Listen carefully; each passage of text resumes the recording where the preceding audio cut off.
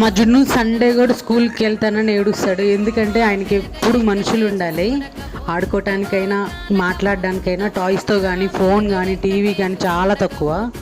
ఎప్పుడు మనకి మనుషులు కావాలంటే ఎక్కడి నుంచి వస్తారు చెప్పండి.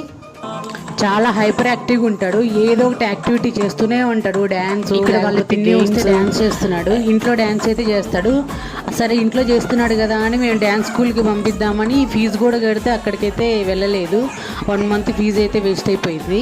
ఇంట్లో మాత్రం ఇంకా నాన్ స్టాప్ సాంగ్స్ పెట్టుకొని చేస్తూనే ఉంటాడు. మా జున్నుని మమ్మీ అంటే ఇష్టమా పిన్ని అంటే ఇష్టమా అంటే పిన్ని ఇష్టమని చెప్తాడు.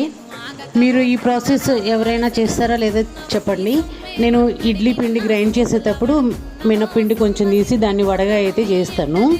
ఇక్కడ ఈరోజైతే దోశ వడ చేశాను. దాంట్లోకి మొన్న సండే చికెన్ తిన్నట్టు అనిపించలేదని మళ్ళీ చికెన్ తెచ్చుకొని అయితే తినేసాం. చాలా బాగుంది. వీడియో చూసారు కదా, లైక్ చేయొచ్చు కదా.